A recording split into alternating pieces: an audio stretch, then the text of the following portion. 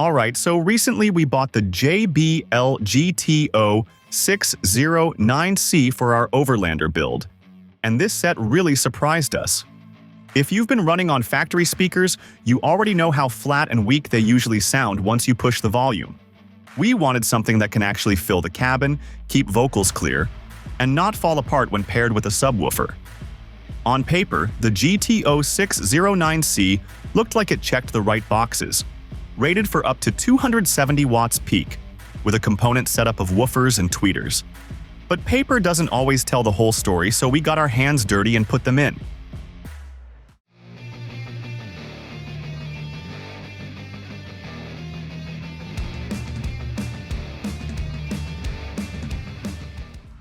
This set particularly stood out because of the balance it offered for the price.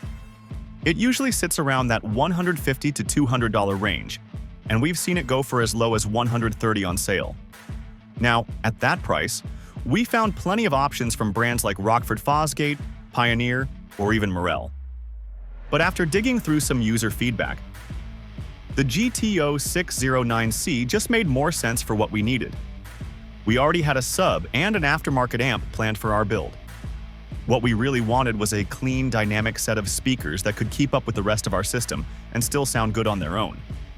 The GTOS ticked those boxes pretty well. The first thing we noticed was the build. The woofer cones are slightly larger than typical 6.5s, which helps them push deeper lows without relying too much on the sub. When we first tested them, the difference was obvious.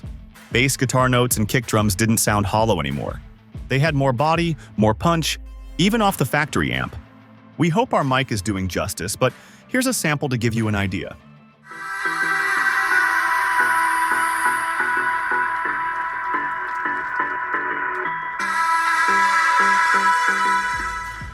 So yeah, the tweeters seemed like another area where JBL really tried to stand out. They're edge-driven soft domes instead of the usual hard dome piezos we find in cheaper speakers. What this does is spread the highs better, reduce that harshness we sometimes hear with cymbals or female vocals, and allow a smoother crossover. We mounted them using JBL's I-mount system, which let us play around with angles until we got the imaging right. In cabin, this meant vocals felt centered and clear, not like they were just shooting out of one door. It's those little touches that make a difference when you're actually sitting inside the vehicle for hours. When it came to sound quality, these speakers really opened up once we gave them some time to break in. Straight out of the box, they sounded a little tight, but after a week or so of daily driving, they warmed up nicely.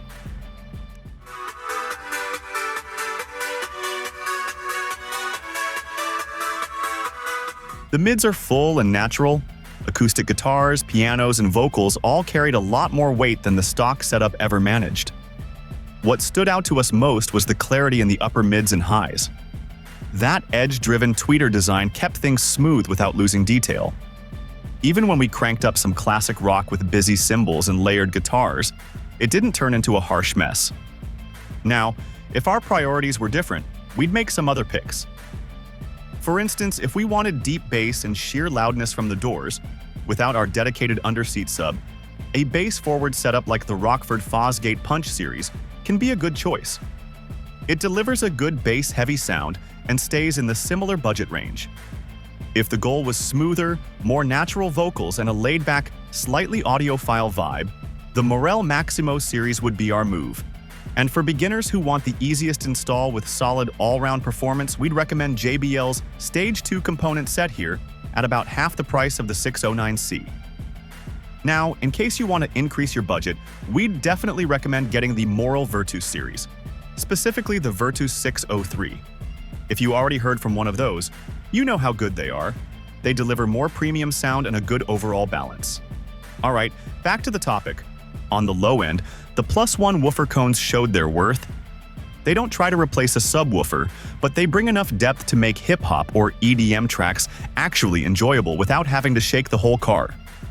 I don't know what you want. Let's have a bit of fun till I downfall. Paired with our dedicated sub from Nakamichi, they blended perfectly. We got tight, punchy bass from the subs, while the JBL handles the mid-bass transition cleanly. No muddy overlap, no hollow gaps.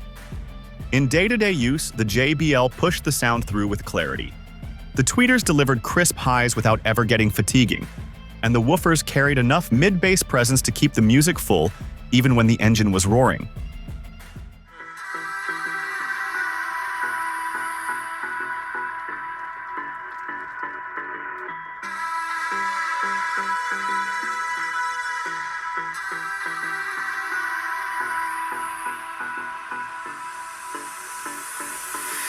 I don't know what you want. Let's have a bit. Long trips with these speakers were noticeably more enjoyable because we didn't have to keep tweaking the EQ to fix the sound. Installation was fairly straightforward too. JBL includes its I-mount system, which makes positioning the tweeters flexible. In our experience, they created a soundstage that actually felt like it was in front of us, not just coming from the doors. The FRP frames also made sense once mounted.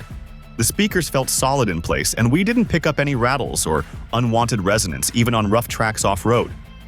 As for reliability, we appreciated the little engineering touches.